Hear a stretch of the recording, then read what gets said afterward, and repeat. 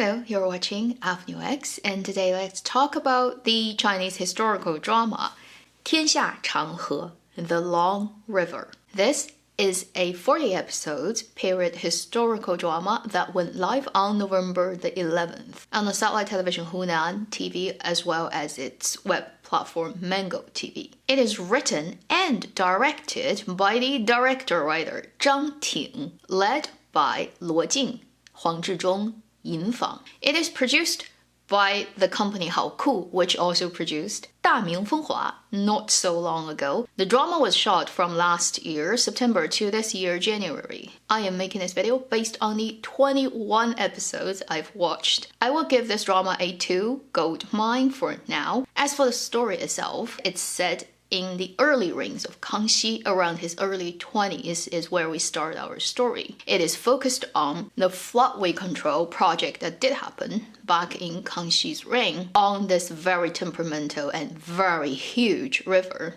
often called China's mother river, the Yellow River. Let's get down to the details about what is great about this drama and what may not be so satisfying. On the positive end, point 1, this is a full original voice acting period drama. Whether it's Huang Zhizhong, Luo Jing, Yin Fang, or the actors playing the other important subjects, they all have very well trained academy style acting and performance and ability to deliver lines. So it's a very ear-pleasing drama for me. And I know it wouldn't be something that is so important to international audiences if you are always gonna just read subtitles anyway, but it adds that extra sort of bit of pleasure, almost like going to theater and just listen to really well-trained actors doing their job. The second positive thing about this drama is it is very similar to 大明风华in terms of it's set in a real historical period of time and featuring real did exist historical figures.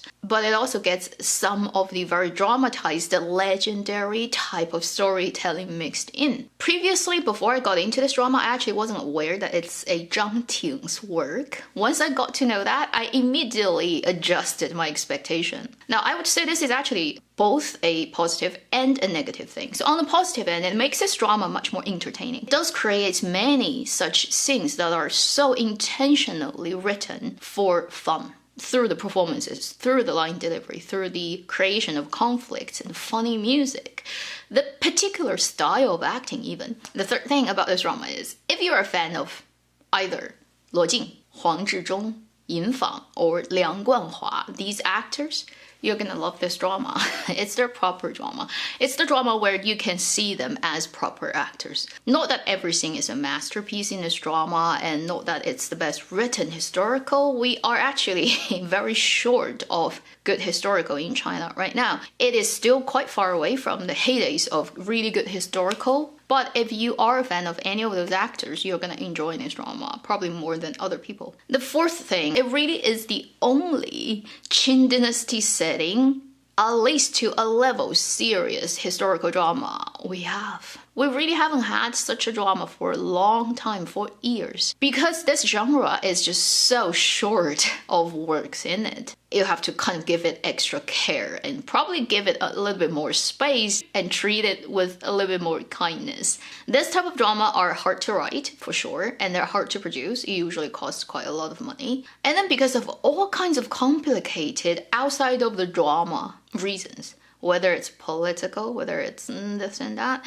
often serious historicals just don't get supported, or it's just too much of a hustle for anybody to make them. So we don't have that many going on. And it's also not such a popular genre in terms of ROI, what type of drama do I going to make if I have this lump sum of money? It's better to do this type of drama. I'm likely to get more money back instead of historicals are not the first choice.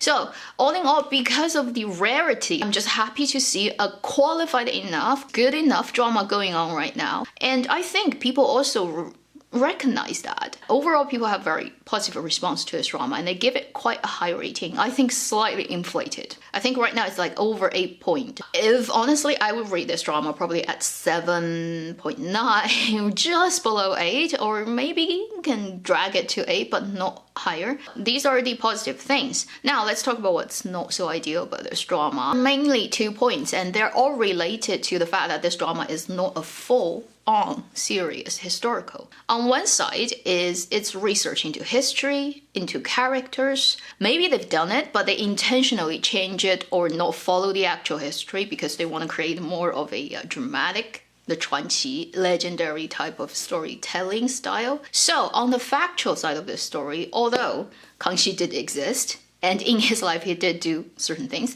the Mingzhu and Suoletu, two major officials, early stage of Kangxi's reign, Chen Huang, Jin Fu, those roles, they all do exist in history, and they roughly all do have those functions as the drama has it.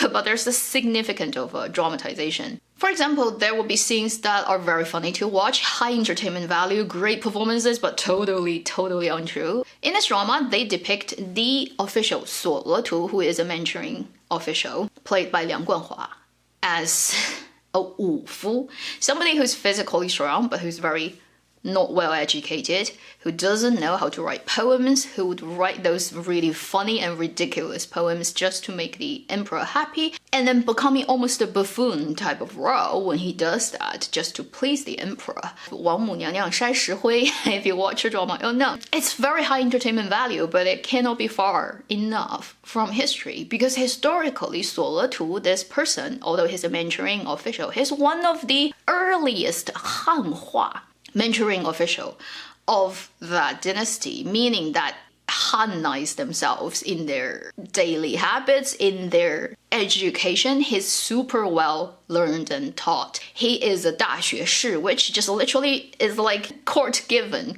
postdoctorate type of level of well-educated, of all the 四书五经, of all the Confucius teaching, of Chinese calligraphy, everything that's Han sort of cultured and important and scholars must learn thing. Suo Letu is actually an expert. Not only is he like that, his sons and his like many descendants and in his family are all very well educated in Han people's culture, and they actually go to Keju exams and get very high positions and results of it. So Suo Letu, although he's mentoring, he probably is better taught and learned than many Han people at the time. A complete contrast in history, for real, than the version that they create in this drama. So you see that they do it because it's dramatically fun. Mingzhu, this official who is opponent of Suo Letu in early Kangxi reign, is also a very prominent official, and they play him also in a way like a buffoon, like a really ass kisser of Kangxi, who in reality another super well taught, well learned person, and his son, one of his sons, is the most famous Qing dynasty poet, Na Lan Xingde, who, if you've watched this old drama before, was played by Zhong Hanliang, and yeah, it's one of my favorite dramas of old times. But just to give you an idea about, historically, these people are very different from the drama's portrayal. If you are a Chinese person, you already know the history and of those characters, you can watch the drama as fun. And knowing it's not like that at all, these people. But if you're not, and then obviously you wouldn't bother to go research about everything you've watched in the drama, it really is, you know, like too far away from history, right? It gives you a completely wrong impression about certain important historical figures in history in China. So the manipulation of specific characters as presented in the drama versus recorded in history is something that this director and writer likes to do, and he kind of did it even more crazily in the Ming Dynasty setting drama, 大明风华, particularly about the two empresses. It's just such a crazy dramatization that it has nothing almost looking like real history anymore. I feel that type of writing is always questionable, right? Like there's a level of how far you can go and for what purpose you do it, right? So personally, I'm not such a huge fan of it, but then if you don't care about it, it's fine. The second thing related to that is because I think this drama is trying to get two things done at the same time, the serious historical and the funny dramatization. It gave a very weird combination, whether it's from scene to scene as you watch this drama, the whole vibe of the drama does this very big turn. This scene looks like a super serious historical drama. Next scene, funny and not serious at all. And it's so theatrical in its performance. Then it goes back to the more proper thing, and it keeps doing that in every episode. And it would also leak into the style of performances. And you'll see there's actually a very distinctive different styles of acting. For example, the acting of Liang Guanhua and Gong Lei playing Suo Letu and Ming Zhu, because they got really dramatized as the buffoon characters around the emperor. They would act in the style, let's say 80% dramatized, legendary, not serious, funny comedy acting, and 20% of serious stuff. Then Huang Zhizhong's role, because he's the good official, who is the essential in charge of the floodway project person. So he is like 80% proper historical serious acting. Think about Royal Nirvana. And then you come across Yin Fang's character, who is like 70% serious, 30% funny, and two different styles of acting. And then you look at the actor, can't remember his name, sorry, but he plays the Xu Qianxue, another very important official character. He's like 90% dramatization, theatrical, and totally a comedy actor. He almost has no serious moment at all in the drama. And then just like say 10% of proper stuff. So every actor is kind of acting at a different percentage of very strong different styles of acting. So sometimes when one scene happens and you have two very different configuration actors showing up together, it creates a very weird experience. Very incoherent, that's how I would put it. If you watch, you'll get it. It's hard to describe it. And I think it's an unavoidable, almost integral problem with this type of script writing. It may put you off. It may not actually matter at all. So these are the main not so ideal parts of this drama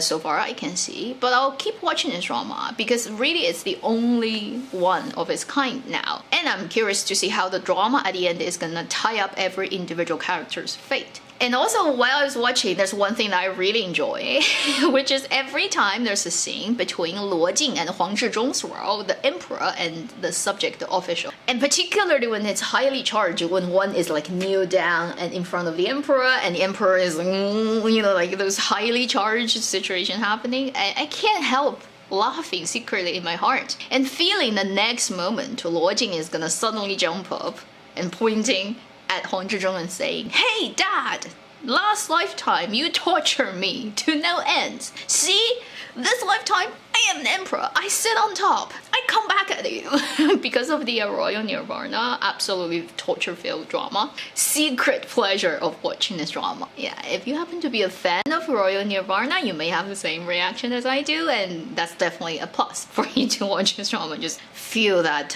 rush of revenge. That should conclude my halfway review on the historical period drama 天下长河. If you like hear me talking, check out other videos on my channel. Whatever YouTube point you to. Thank you for watching Avenue X. I'll see you in my next video. Meanwhile, live long and happy drama watching.